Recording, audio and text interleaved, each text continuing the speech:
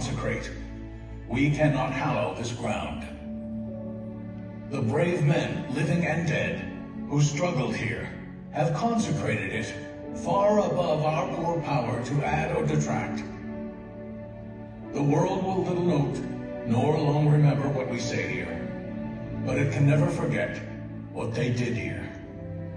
It is for us, the living, rather, to be dedicated here to the unfinished work which they who fought here have thus far so nobly advanced.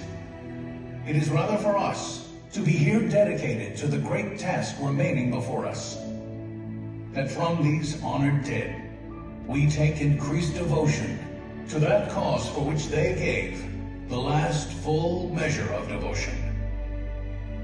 That we here highly resolve that these dead shall not have died in vain, that this nation, under God, shall have a new birth of freedom, and the government of the people, by the people, for the people, shall not perish from the earth. The blood of over 500,000 Americans is spilled in the Civil War. President Lincoln's enduring hope is to give true meaning to the sacrifices of so many, to lead us to that new birth of freedom. With the end of the war and the end of slavery, a new birth truly begins. As we roll toward the 20th century, settlers roll west on wagon wheels and railroads connect the nation coast to coast. Millions of immigrants pour in from Europe and Asia. Population doubles. Our economy triples. Our standing among nations rises. We need presidents who can lead both at home and abroad. At the same time, a young Theodore Roosevelt is retreating from New York politics and personal tragedy. The death of his wife and his mother on the same day in the same house. In the Badlands of North Dakota, he rethinks his life and the life of his country. He returns stronger in body and spirit.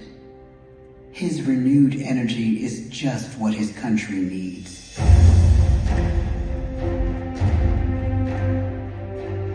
American industry is booming, but social tensions are rising.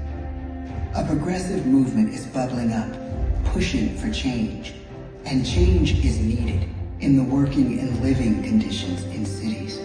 The gap widens between rich and poor. The demand for change grows stronger. Teddy Roosevelt is a knight on a crusade. He speaks with force and vitality in clear terms that make colorful headlines at a time when mass-market newspapers have become the new media. To define his foreign policy, he borrows a phrase from an African proverb: speak softly and carry a big stick. But his greatest accomplishments are made at home. He breaks up giant monopolies, protects workers' rights, and calls for a square deal for all Americans, rich and poor, capitalist and wage earner. And a square deal for every man and every woman in the United States. He calls on America to be as great as the natural grandeur of its lands.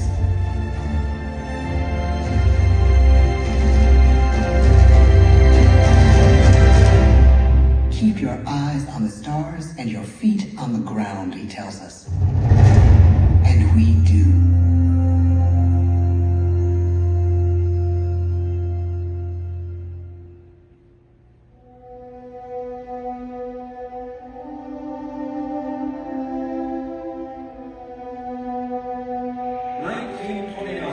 The bottom fell out of the market. 12 million unemployed. The breadlines and the super. The results of the 1932 election now. When we elect our 32nd president, it is the worst of times. The course of history and the course of one president's life again shape a turning point in our national destiny. Franklin D. Roosevelt, paralyzed by polio, knows how to restore the faith of a people paralyzed by the Great Depression. I believe in practical explanation and in practical quality. He has found the inner strength his countrymen now need. He speaks to us like a friend, a neighbor. His optimism is contagious, his voice perfect for the latest breakthrough medium, radio. He calls us to believe we have nothing to fear but fear itself. And we do believe. Tonight's attacks on England are perhaps the most widespread of the war in the course of the day. But an even greater challenge dominates his final years in office. The Second World War.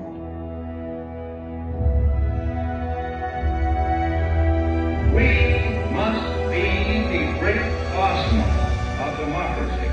This is an emergency as serious as war itself. We stun the world with our production. When bombs fall on U.S. troops in Pearl Harbor, he calls us to fight on the war front and sacrifice on the home front.